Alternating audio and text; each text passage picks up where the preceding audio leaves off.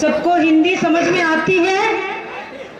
दूर तक सभी भाइयों बहनों से मैं अनुरोध करती हूँ, एक बार सभी लोग अपना हाथ ऊपर उठाइए। दूर तक जहां अंतिम तक बहने बैठे सब कोई बोलिए भारत माता की, भारत माता की। मैं बोलूंगी नरेंद्र मोदी, आप लोग बोलेंगे जिंदाबाद जिंदाबाद। बोलिए नरेंद्र मोदी जिंदाबाद, नरेंद्र मोदी जिंदाबाद, जेपी नड्डा जिंदाबाद, जेपी नड्डा जिंदाबाद, अमित शाह जिंदाबाद। दूर तक आवाज नहीं आ रही है, सिर्फ सामने सामने आवाज आ रही है। मैं कहना चाहती हूँ जो पीछे बैठे हैं, मैं पूछती हूँ नरेंद्र भाई मोदी को सभी प्यार करते हैं? हाँ कि ना? हाँ कि ना? मोदी जी से कितने लोग प्यार करते हैं? बोलिए भारत माता की वंदे वंदे। तो आज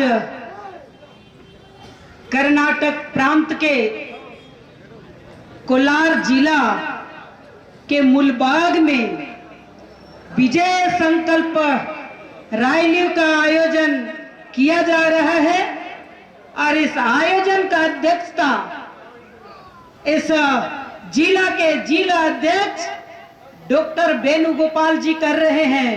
अपने बीच इस मंच पर मोदी जी के साथ साथ आपके इस जिला का नेतृत्व कर रहे हैं कोलार जिला के एमपी आदरणीय यश मुनि स्वामी जी। आप इस मंच पर उपस्थित हैं। आज इस मंच पर हमारे बीच और एक एमपी हैं जिन्होंने मोदी जी के हाथ को मजबूत किया है आपके कारण, ऐसे पी श्री मोहन जी। आप भी इस मंच पर उपस्थित हैं। हमारे बीच कर्नाटक राज्य के दो मिनिस्टर इस मंच पर उपस्थित हैं। ऐसे आज इस मंच पर डॉक्टर अश्वत्थ नारायण जी जो एजुकेशन मिनिस्टर है और आपके सामने अभी कई बातों को बता रहे थे कि डबल इंजन की सरकार क्या क्या काम करती है। अपने बीच में और अपने एक मंत्री बैठे हैं मुनिरप्पा जी, मुनिरत्नम जी। आप भी इस मंच पर बैठे, आपका स्वागत अभिनंदन करती हूं। और जिसे संकल्प यात्रा चल रहे हैं, इस संकल्प यात्रा के नाते, अभियान का प्रमुख के नाते इस मंच पर श्रीमान चंद्र रेड्डी भी आपके सामने उपस्थित हैं। अपने बीच में एक्स एमएलए मंजुनाथ गौड़ा जी भी उपस्थित हैं। अपने बीच एमएलसी नारायण साहू जी उपस्थित हैं। अपने बीच इस मंच पर इस जिला के अध्यक्ष जी, इस मंडल के मंडल अध्यक्ष, अपने इस राज्य के एससी मोर्चा के अध्यक्ष और पार्टी के सभी सम्मानित ज्येष्ठ श्रेष्ठ कार्यकर्ता आज इस मंच पर उपस्थित हैं। और सामने जो बैठे हैं सभी हमारे देवतुल्य अभिभावक भाइयों एवं बहनों, सबको मेरा कोटि कोटि नमस्कार। और उपस्थित सभी मीडिया के बंधु, आपको भी मैं स्वागत और अभिनंदन करती हूँ। आज मैं कोलार में आई हूँ इसलिए कि मोदी जी का जो संदेश है उस संदेश को आप तक पहुंचाने आई हूं। आपने वर्ष 2014 में माननीय मोदी जी को जीवित किया, क्योंकि आपके वोट के कारण ही मोदी जी देश के प्रधानमंत्री बने और कर्नाटक में भी शासन आया भाजपा का। और आज भाजपा और देश दोनों जगह भारतीय जनता पार्टी का कमल खिला है। ऐसे डबल इंजन का सरकार आपने दिया। दोबारा आपने फिर से 2019 में आपके ही इस बहुमूल्य वोट के कारण मोदी जी ने दोबारा प्रधानमंत्री बने। और आपने जिस एमपी को भेजा है वो कहीं ना कहीं मोदी जी को ताकत दिए और यही ताकत में एक एससी समाज का व्यक्ति, जिसको हम कहते हैं शेड्यूल कास्ट का व्यक्ति, एससी समाज का व्यक्ति आज मोदी जी को ताकत दे रहा है। आज एक बेटी झारखंड से चली है और झारखंड के रांची से चली है। मैं भी एक आदिवासी समाज की बेटी हूँ। आज आपके सामने खड़ा होकर के मोदी जी का संदेश लेके आई हूँ कि जिस तरह से आदिवासी समाज को, जिस तरह अनुसूचित जनजाति समाज को एक ताकत देने का काम किया है और सम्मान देने का काम किया है, तो देश के यशस्वी प्रधानमंत्री नरेंद्र भाई मोदी ने दिया। आज मैं इतना कहना चाहती हूँ, जिस तरह से कर्नाटक की सरकार और मोदी जी की सरकार ने मिलकर के आरक्षण भी दिया है भाइयों बहनों, तो ये मोदी जी ने दिया है।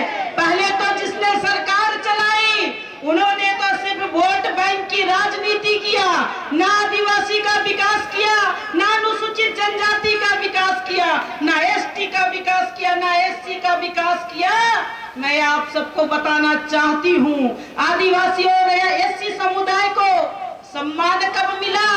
2014 में जिस तरह से हमारा सर्वोच्च पद पर आदरणीय राष्ट्रपति रामनाथ कोविंद को बैठाया जाता है, जब भूतो न भविष्यति, कोई नहीं सोच सकता कि कभी एक प्रधानमंत्री एससी समुदाय का व्यक्ति को राष्ट्रपति बना सकते हैं। अभी आपने देखा होगा 2019 के चुनाव के बाद 2021-22 में अपने सर्वोच्च पद पर एक आदिवासी बेटी द्रौपदी मुर्मू ने एक शपथ ग्रहण करते हैं और देश का एक महान राष्ट्रपति बनती है। मैं इतना बताना चाहती हूँ, एक गरीब का बेटा ही दूसरे गरीब का दर्द को समझ सकता है। इसलिए माताएं बहनों, भाइयों बहनों, मैं आप सबको बताना चाहती हूँ कि उन्होंने गरीब कल्याण योजनाओं को धरातल पर उतारने का काम किया है। मैं आपसे पूछना चाहती हूँ, क्या आपके यहाँ जन धन योजना का खाता खुला?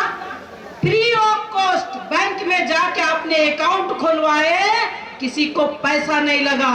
और इसी कारण गरीब कल्याण के कारण आज मोदी जी ने जिस तरह से कोविड-19 में आपको सेवा देने का काम किया, चाहे प्रधानमंत्री गरीब कल्याण अन्न योजना की बात करेंगे, फ्री ऑफ कॉस्ट आपको चावल और गेहूं देने का काम किया। ऐसे मोदी जी आप आज मेरे यहाँ तो आप तक संदेश पहुंचाने का काम किया है। और इस बार का बजट में भी 80 करोड़ गरीब गुरुआ लोगों को, 80 करोड़ मजदूर को, ऐसे किसान को फ्री ऑफ कॉस्ट चावल देने का, गेहूं देने का काम कर रहे हैं। ऐसे माननीय प्रधानमंत्री जी आज देश में G20 का अध्यक्षता कर रहे हैं और G20 का अध्यक्षता में उन्होंने लोकल फॉर वोकल को बढ़ावा देने का काम किया कि किस तरह से वोकल फॉर लोकल। आपके ही बेंगलोर में रागी का जब रोटी बिक्री होता है तो एक रोटी का कीमत हम 1000 में खरीद के खाते हैं। तो ऐसे जो लोकल अनाज है उसको बढ़ावा देने के लिए मोदी जी ने इस बार G20 में भी चर्चा किया कि विश्व लेवल पर भारत को कैसे आगे बढ़ाया जाए और देश और समाज को जोड़ते हुए गांव के गरीब किसान को और मजदूर को आगे बढ़ाने का काम करेंगे। ऐसे नगर निगम क्षेत्र में, म्युनिसिपैलिटी में आप जाएंगे तो पीएम स्वनिधि फंड को भी लेकर के आए और आज पीएम स्वनिधि फंड के कारण जो स्ट्रीट वेंडर है ऐसे लोगों को भी सेवा देने का काम किया और उनका उत्सव भी मनाया गया, ताकि उस व्यक्ति को जिनको कोविड के समय में अर्थव्यवस्था नीचे गिर गया था और पीएम स्वनिधि के माध्यम से उन्हें ऊपर उठाने का काम किया है। तो इसलिए आज विजय संकल्प रैली में इस विषय को मैं लाई कि आपके घर को भी बनाने के लिए प्रधानमंत्री आवास योजना शहरी और ग्रामीण दोनों लेकर के आए हैं। ऐसे प्रधानमंत्री को आप फिर आशीर्वाद देंगे कि नहीं देंगे? आशीर्वाद देंगे? आप आशीर्वाद देंगे? तो 2024 में मोदी जी को लाना है कि नहीं? हाँ कि ना? तो दोनों हाथ उठाइए और बोलिए भारत माता की, भारत माता की।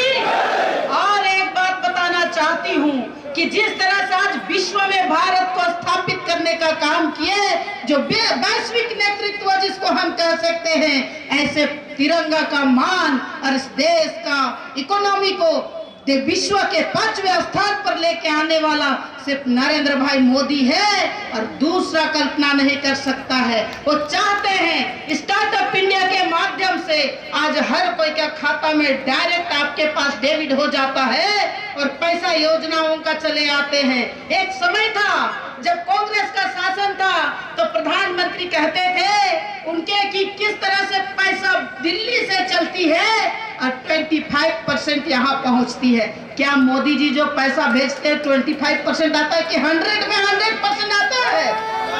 तो 100% आने वाला व्यक्ति को क्या कर्नाटक में दोबारा भाजपा आएगी? आप सबका संदेश मिलेगा?